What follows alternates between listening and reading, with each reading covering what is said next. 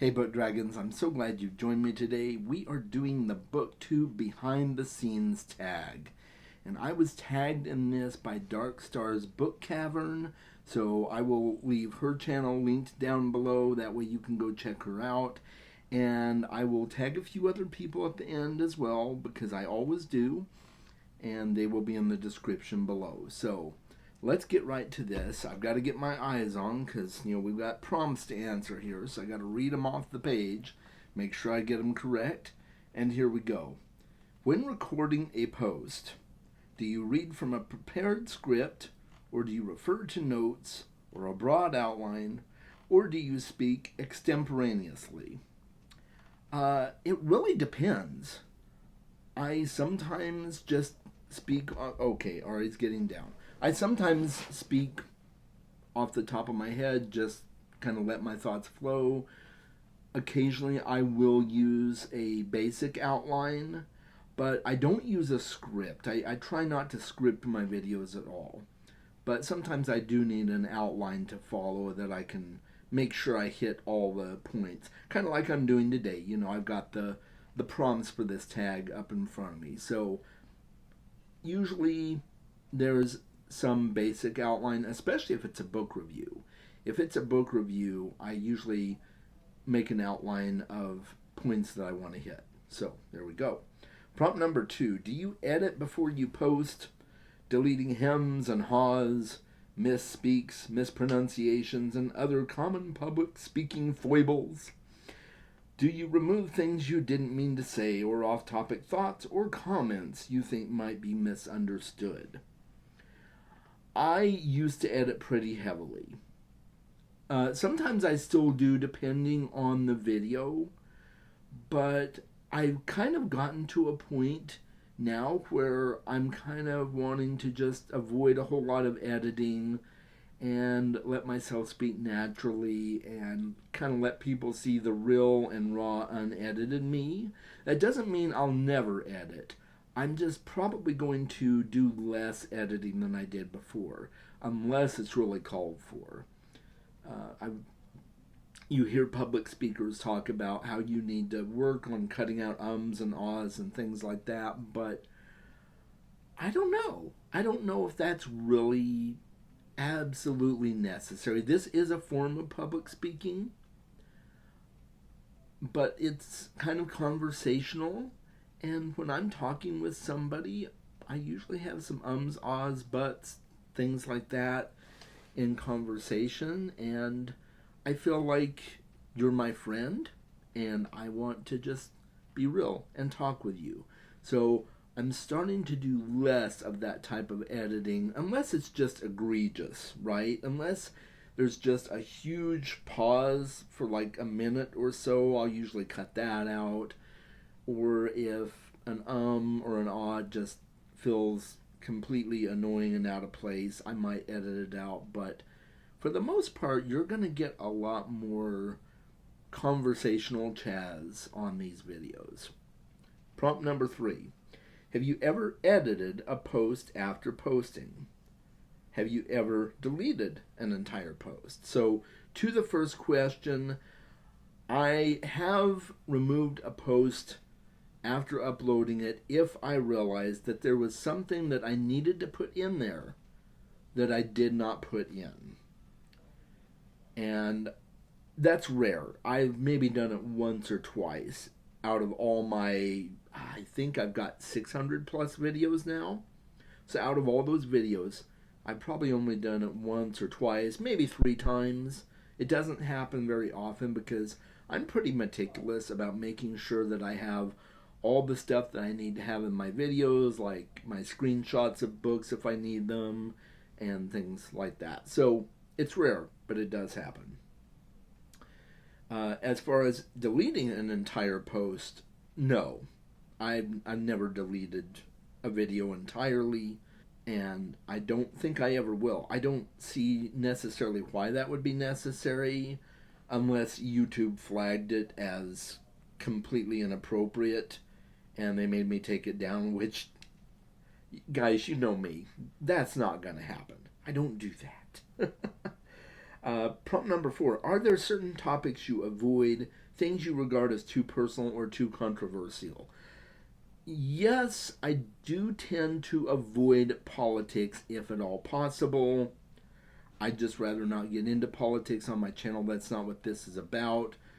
Occasionally, I will slightly brush up against political areas when talking about certain things, but I really prefer not to discuss my own personal political views or the views of others on my channel.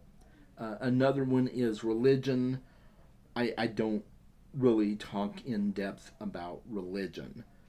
I may talk occasionally about a religious type topic like Taoism because I'm a Taoist, philosophical Taoist, we'll put it that way. So I'm not religious at all, but I talk about certain things like that. So if I read a book about Taoism or a book about Buddhism, which I have done in the past, I may talk about that, but not in terms of a religious aspect. So I do try to avoid stark conversations about those topics specifically. And then there are some personal things about my personal life that I generally avoid talking about. You know, I don't talk a whole lot, if at all, about my romantic persuasions, anything like that. That's just something that the general public doesn't need to know, right? I may mention my partner on occasion because I am dating someone, things like that, but I don't go any further than that. So there we go. Let's see. Prompt number 5. Do your posts include graphics, special lighting, music, fast cuts, or other design enhancements? Yes, on occasion. Graphics for sure, because a lot of the books I read are ebooks, but I want to make sure that I have a representation for that book up on the screen. So I do add a lot of screenshots of book covers on my videos. So you've seen that in the past. If we're talking about movies or movies related to books, I'll usually put up an actor's face or something like that, or maybe if it's a video game or anime I happen to be mentioning, I'll throw that up there as well. But that's about it as far as graphics go. It's rare that I include music in my videos. I do on occasion.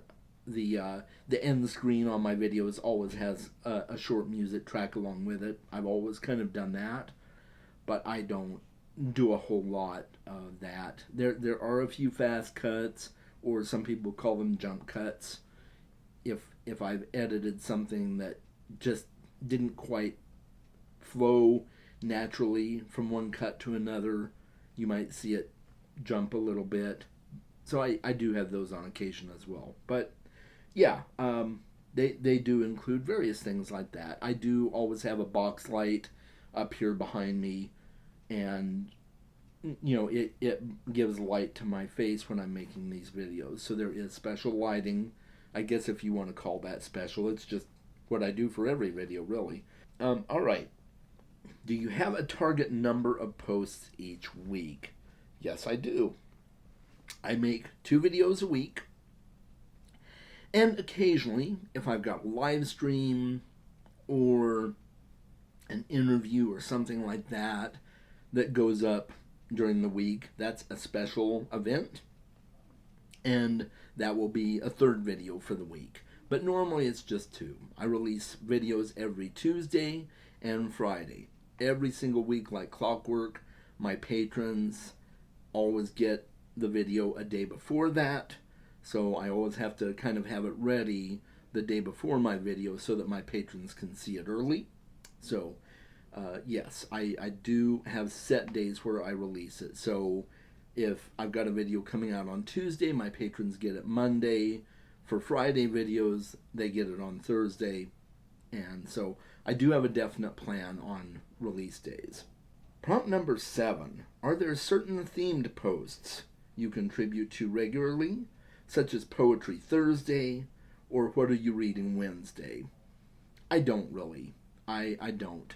I do participate in certain annual things like the end of the year Booktag and the mid-year freakout tag, but that's kind of just whenever I get the time to film it. It's not on a specific day. I don't really participate in readathons or specialty things like What Are You Reading Wednesday, that sort of thing. This just happens to be going up on Tag Tuesday, but I don't really participate in Tag Tuesday on a regular basis. So, here we go. Prompt number 8. How important to you is the number of your subscribers? Is there a target number you're hoping to reach? If you don't hit your target, would you consider dropping out of Booktube? Are your posts designed to attract new subscribers? And are you distressed if you lose subscribers? So this is kind of a loaded question because I think being on YouTube just necessitates being somewhat involved in the numbers, right? I try not to pay too much attention to it, but I do usually check my analytics and things like that. Just basic analytics like, how my newest video is doing. I will check and see how it's doing and see where the subscriber count is. But I try not to let it get to me, right? There are times that it does. I'm human, and I like attention like anybody else does. So I like it when people are watching my videos and subscribing to my channel. I don't necessarily have a set goal of subscriber count. I used to kind of set a loose goal every year at the end of the year during my planning for the next year coming up. So I think this last end of the year I kind of set a loose goal of 2,500. But if I don't reach that goal, it's not something that's going to make me quit Booktube or anything like that. I do have my up and down days where I'm like, all this and nobody's watching. But I overall, I'm a very positive person. I try to stay very positive, but I'm human and I get into my ruts. But I would not quit Booktube over numbers, really. I don't feel like that's really something that is worth quitting Booktube because change is ever present. We're always changing. Life is always changing. So you just kind of got to roll with it, right? Okay, I'm going into a diatribe here. Let me make sure that I covered everything out there. Are my posts designed to attract new subscribers? Yes, yeah. I work hard on my thumbnails. I try to use fonts that are clear and precise. I like to use colors that stand out and kind of make me pop out on the thumbnail. And I try to design my titles in such a way that they are enticing or they make people curious so that they'll watch the video. So yeah, I do work hard at that part of it. And so yeah, I think I covered everything on that prompt. So we're going to move on to prompt number 9. Do you always respond when tagged? Most of the time. But to be perfectly honest, I get tagged in so many book tags. Like I've got a list in my Google Notes of all the tags that I've been tagged in. And I cut and paste them from the YouTube video for the person that tagged me and copy them into a note so I know which tags I still need to do. So I do keep a record of all the tags I'm tagged in, but I don't always get to all of them. There's several tags that I was tagged in over a year ago that I still have not gotten to. I fully intend to. And I'm sorry if you tagged me at some point and I haven't done the tag yet. My goal is to do it, but I don't know if it will necessarily happen anytime soon or at all, because you never know what can happen tomorrow, right? So just know that my intention is to do the tag that you tag me in, and I love you for it, and I appreciate you for tagging me, and they're fun. I love a good tag, so kind of like this one. This one's a great tag. Prompt number 10. Do you respond to viewers' comments? Are your responses lengthy or only a thumbs up or a down? I do respond to people's comments, yes. I usually try to leave a well thought out comment because I do read in detail all of the comments I get. And I try to respond to things that are in those comments and let people know that I care about what they said on my videos. So if it gets to a point where we're having a long back and forth of comments, I will try to keep up with that as well. But there are times when it gets to a point where I might just end up giving a thumbs up at the very end of it and just kind of not respond anymore if I feel like we talked about everything that we possibly could on that.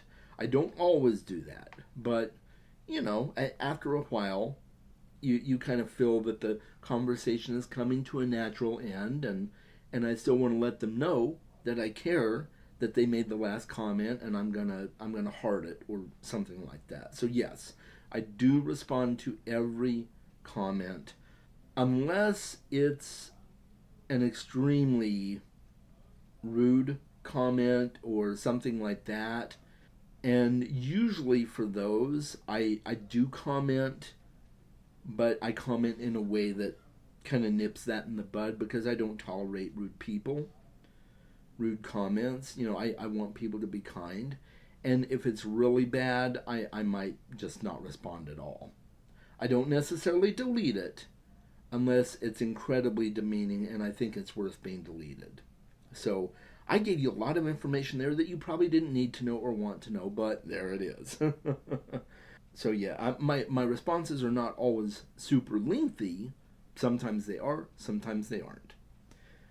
All right, and prompt number 11, have you ever blocked anyone from viewing or commenting on your posts?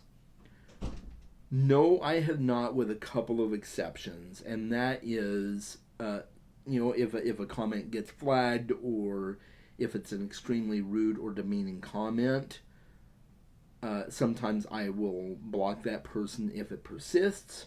And if it's a spam comment, somebody trying to get money from my followers, we see a lot of that popping up on YouTube every now and again.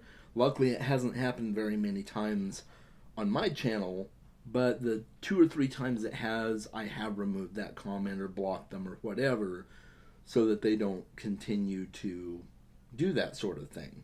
So yes, it's extremely rare, but it does happen because it's important to me to protect you. And I care that you're taking the time to watch my videos, and I don't want anyone to get scammed or anything like that. So there we go. And the final prompt is to tag some Booktube friends. And I have a lot of Booktube friends, so I'm just going to say that I am going to leave a list of people that I have tagged down in the description below. And if I tagged you, I would love to see you do this tag. And if I didn't tag you and you want to do this tag, feel free. I would love to see that from you. And until next time, guys, make sure that you are reading more books. And if you want to see more of my content, check out the cards here at the end of the video.